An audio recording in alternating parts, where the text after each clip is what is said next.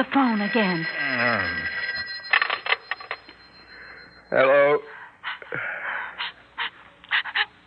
Now, who is this? Now, listen, whoever you are, will you stop ringing this number? It's 2 a.m. and we're trying to get some sleep here. Hmm? Oh, good night. Did they say anything? No, not a word. It's some kook's idea of a practical joke. Oh, let me answer it this time. Hello? Oh.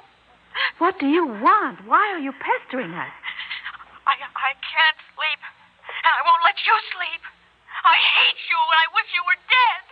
First chance I get, I'm going to kill you.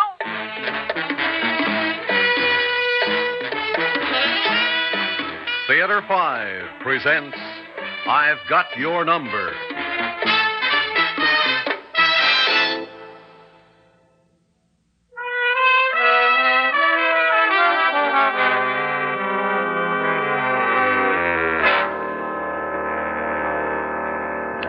Now, don't let it get you, Sheila. Just try to put it out of your mind. I wish you were dead. First chance I get, I'm going to kill you. I keep hearing that. Well, it's some crackpot who might not even know your name. Now, look, sweetheart, I won't let anyone harm you. I know, but all that hate in her and meant for me. All right, now stop thinking that way. You don't know who the girl is. You said you didn't recognize her voice. I've never heard it before. That much I'm sure of. Carl, why is it she never talks to you? I don't know. I wish she would. Could it be because you know her and she's not taking a chance you might identify her? What do you think? You're the one I want to think about, honey. Now, come on. Just relax. I can't. I'm scared. Why would a strange woman want to kill me? Oh, no, baby. Nobody wants to kill you. It's just talk. Yes, but that's what she said, and I felt her hate. Sheila, try not to think about her. All right, I'm sorry, darling. I guess I'm in a state of shock. I know. Yeah, we'll take care of this tomorrow. You just forget her, All right, I'll try. That's my love. Oh, I do love you. I always Oh, no. Not again. I can't stand it.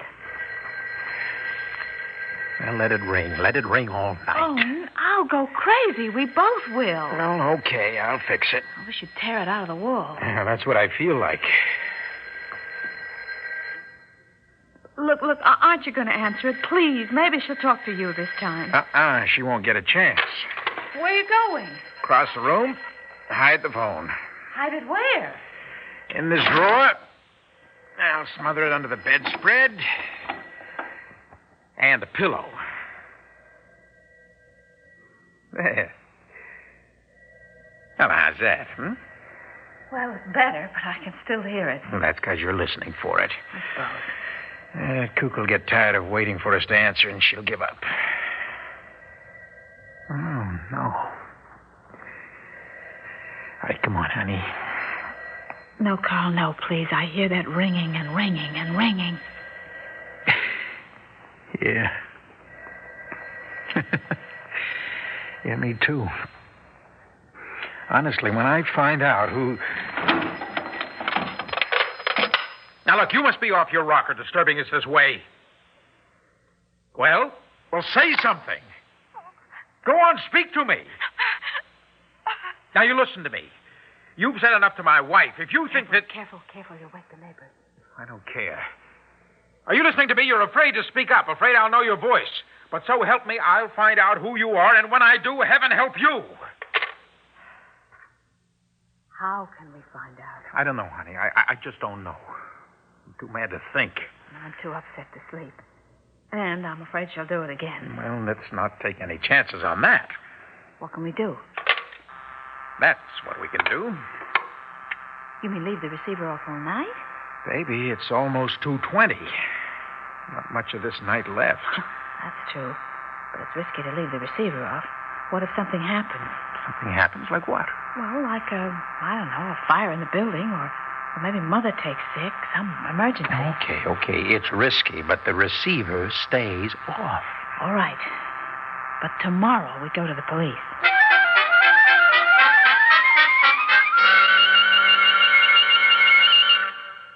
Yeah, your complaint is a switch. Usually men make the crank calls, call up women they don't know and talk a lot of garbage. We've had over 20 complaints today. But our call started last week. At first, there was just one or two, and we thought they'd stop. Yes, we took it as a practical joke. You see, they started the night we got back from our honeymoon. Oh, so you're newlyweds, huh? Yeah, that's right. Well, Mr. Fletcher, before you married, were you engaged to somebody else? Engaged? No. Well, but you had another girl. Sure, several. Oh. Well, you might let me have their names. Well, I doubt if it'll lead to anything. You could be surprised. Well, one lives out on the West Coast, another in Cleveland. Look, I'm sure the calls wouldn't be long distance. Oh, now that you can dial long distance direct, anything's possible. And a lot harder to trace. Mrs. Fletcher, did you perhaps have an ex-boyfriend, one whose wife now might be out for a little revenge? Well, not that I know of. Was there someone you've been quarreling with? Some woman who's got it in for you? Well, no, none that I can think of. Well, we could change to an unlisted number. Well, that's a solution as long as it works. But the trouble is my wife's a piano teacher. Yes, and I'd have to give the new number to all my pupils. And I teach at Central Tech. My students must have access to me when they run into problems. Besides, I freelance for a couple of advertising agencies. It's some chore posting a new number with every business contact that I have. Yeah, well, your new number wouldn't have been a secret very long anyway. Tell me, Mrs. Fletcher, this voice you heard, about how old a woman would you say she might be? I don't know. I was so shocked by her venom, it didn't register. She actually threatened to kill you, huh? She said, I wish you were dead. First chance I get, I'm going to kill you. And she sounded like she meant it. I've got an idea that might work if both of you are willing to let the police tap your phone. You mean you'd be listening in on all our calls? Well, I'm willing. Well, how will tapping our phone help you trace that crackpot? It's a shortcut so you can identify your caller. And let's not take it for granted that she's only a crackpot. She could be a dangerous psycho.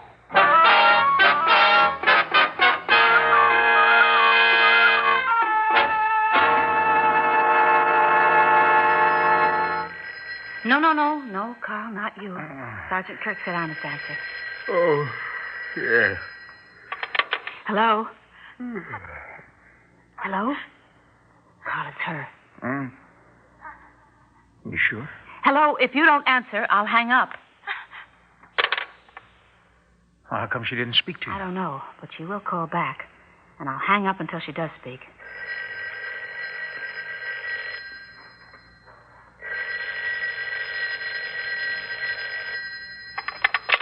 I don't care how many more times you call. You can keep it up all night long. I know that it's my husband's voice that you want to hear, and he is not going to answer the phone no matter what. I what. want you to get old and wrinkled, so he'll hate you too.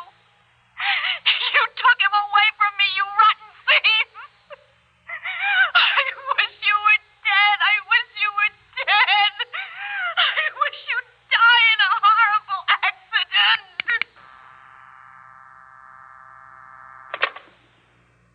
Oh. I heard what she said. She sounds crazy. She was so out of control that she couldn't have disguised her voice. Threatening you like that, she must be a psycho. Didn't you think she sounded kind of young? Well, her voice is on tape now. The police will get her number.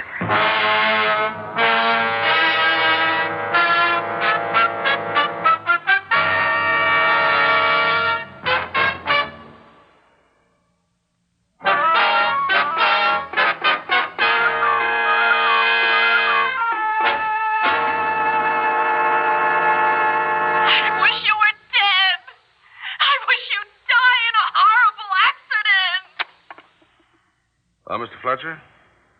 Well, her voice is familiar, but I can't make it fit any one specific person. Want me to play the tape again? No, I've heard it 5 times. That's enough. Carl, what's bothering you? Well, honey, it's, I don't know, it's her crying. But it was rage. I'm not so sure. That's how it hits me. Mr. Fletcher, why don't you come out and tell us what's obvious? The voice on that tape is young enough to be a schoolgirl. All right. I'll say it. She could be in your senior art class. How many girls in that class? Oh, there are about 20. Now, this girl running a temperature over you, no man could be blind to that. You must have some idea who she is. Sergeant, this is no fun guessing game. I refuse to name names when I could be completely wrong. But this girl is infatuated with you. Surely that doesn't apply to the whole class. Well, I don't keep score on schoolgirl crushes. Now, this one sounds to me like a very mixed-up kid. How old are these girls? Oh, 17, 18. 18 isn't exactly a little schoolgirl. Well, if I knew for certain who it is, I'd cheerfully wring her neck for what she's put us through. But I wonder if a girl who sounds heartbroken would be acting primarily out of spite and malice. No, I don't buy that broken heart bit. This girl's a delinquent, and they cry real easy. It's a big, fat act to get attention, sympathy. Well, Sergeant, sometimes Look, that's you're the true, teacher. I'm only a policeman.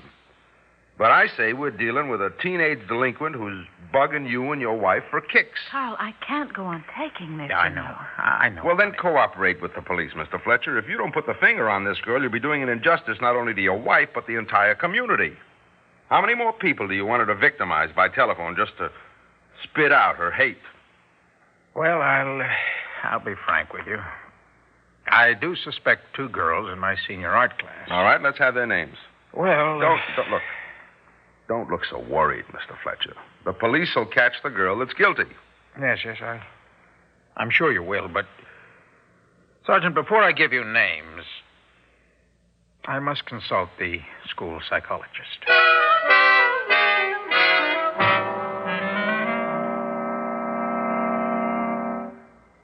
Dr. Hugo, I'm hoping you can tell me which girl it's more likely to be. Well, Carl, I'd need several sessions with each girl to get some idea. Well, that could take a long time. Yes, it could. Whom do you suspect? Well, there's Jean Wicker. I know Jean. Suffers from deep anxiety neurosis, overwhelming fears and feelings of inferiority. A difficult home situation, too. Well, she's capricious and, as they say, kooky. But she's got the stuff to be a fine artist. Are you friendly with her? Oh, yes. Well, that is, I was. And what happened? Well, Jean wants to qualify for the Art Institute next semester. With private instruction, she couldn't make it. Jean begged me to give her lessons. Unfortunately, I didn't have the free time. What with getting married and all my freelance commitments. So you turned her down? Is she friendly with you now? Oh, no. No, she goes out of her way to avoid me. Well, I guess she finds it impossible to forgive you. But is Jean the type to make crank calls? Well, I believe she's capable of it. Who's the other girl? Well, there's Betsy Price. Betsy. Do I know her? And she had a few interviews with you last spring. She was threatening to drop out. A short, dark-haired girl? Mm-hmm. Yeah, that's right. You helped her, Dr. Hugo. My impression is that your interest in her welfare contributed greatly to her staying on at school. Well, Betsy lives across the street from me, and occasionally we walked home together. Oh, she'd talk about her problems, her mother dead and her father remarried. She couldn't get along with her stepmother. As I recall, she gave a couple of the women teachers here a lot of trouble. What makes you suspect the girl? Well, Doctor, I don't know. I can't tell you. It's just a hunch. Do you still walk home from school with her? Oh, no. No, my schedule's changed. Which might make Betsy feel you're rejecting her. Carl, it could be either one of the girls. Well, in your opinion, are they delinquents? No. But the girl who's plaguing you and your wife can be charged with delinquent behavior. She could be so deeply disturbed, she's playing out her compulsion to punish you. Well, do you think she can be reached? It's possible. Certainly worth your try. Carl, I go along with you. This is more a school problem than a police matter. Uh-huh. Well, how do I stop her from phoning before the police catch her? It would be a mistake to seek her out. She has to come to you voluntarily. Doctor, that won't happen. No, I'm afraid that's impossible. I'm sorry I can't be of more help. You'll just have to sweat it out.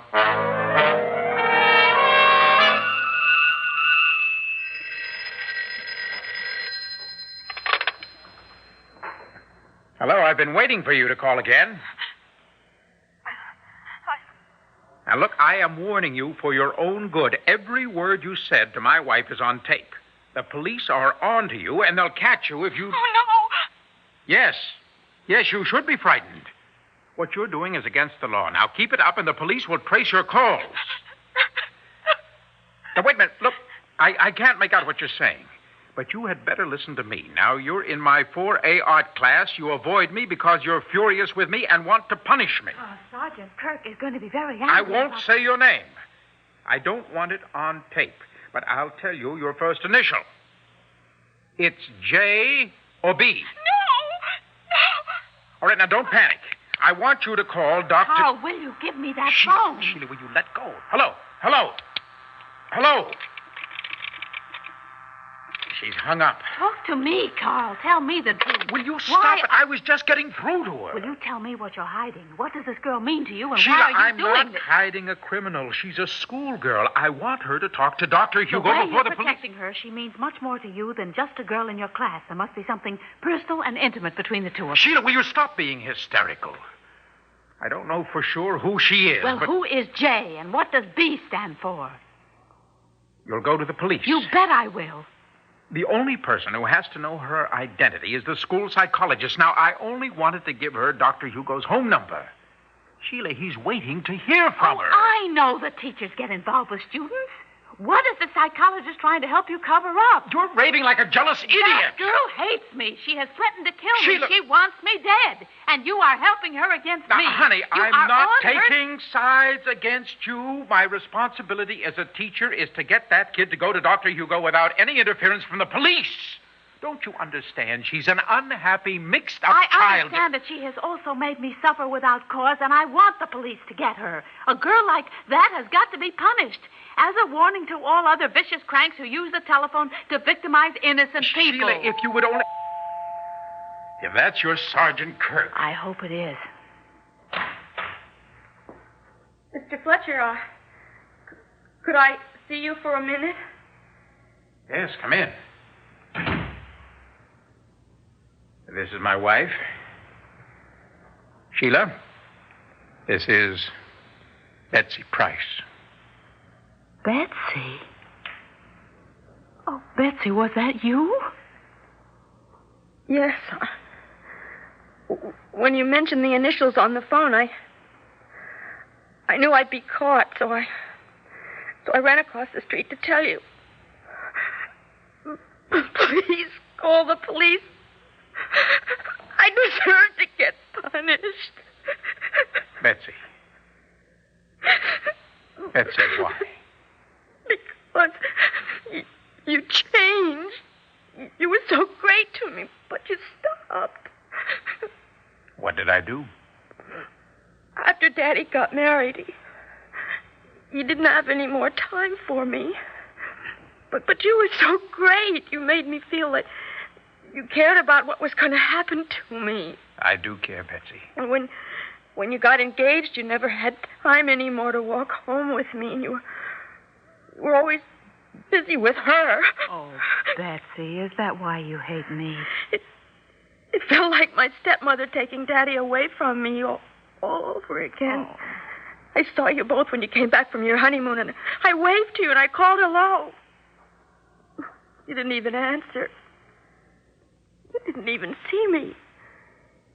I felt so bad I wanted to die. So I kept on phoning to try and hurt you back. Mrs. Fletcher, I'm so ashamed. Oh, honey. It's so good that you came. Now we can try to help you.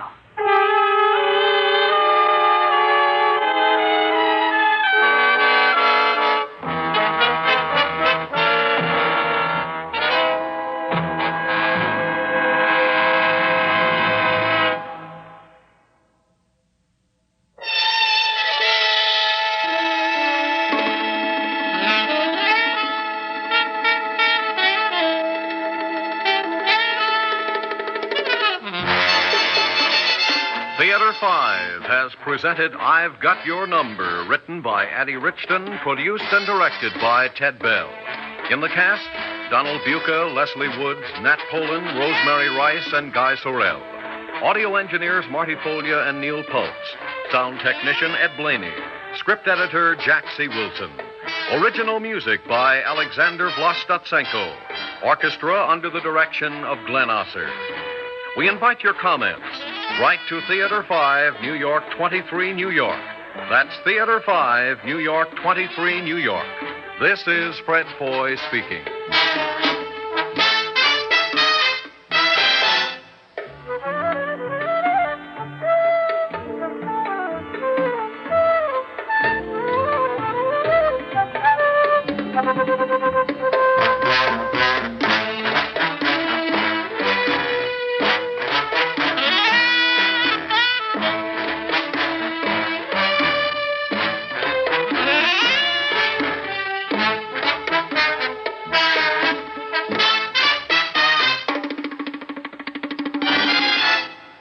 This has been an ABC Radio Network production.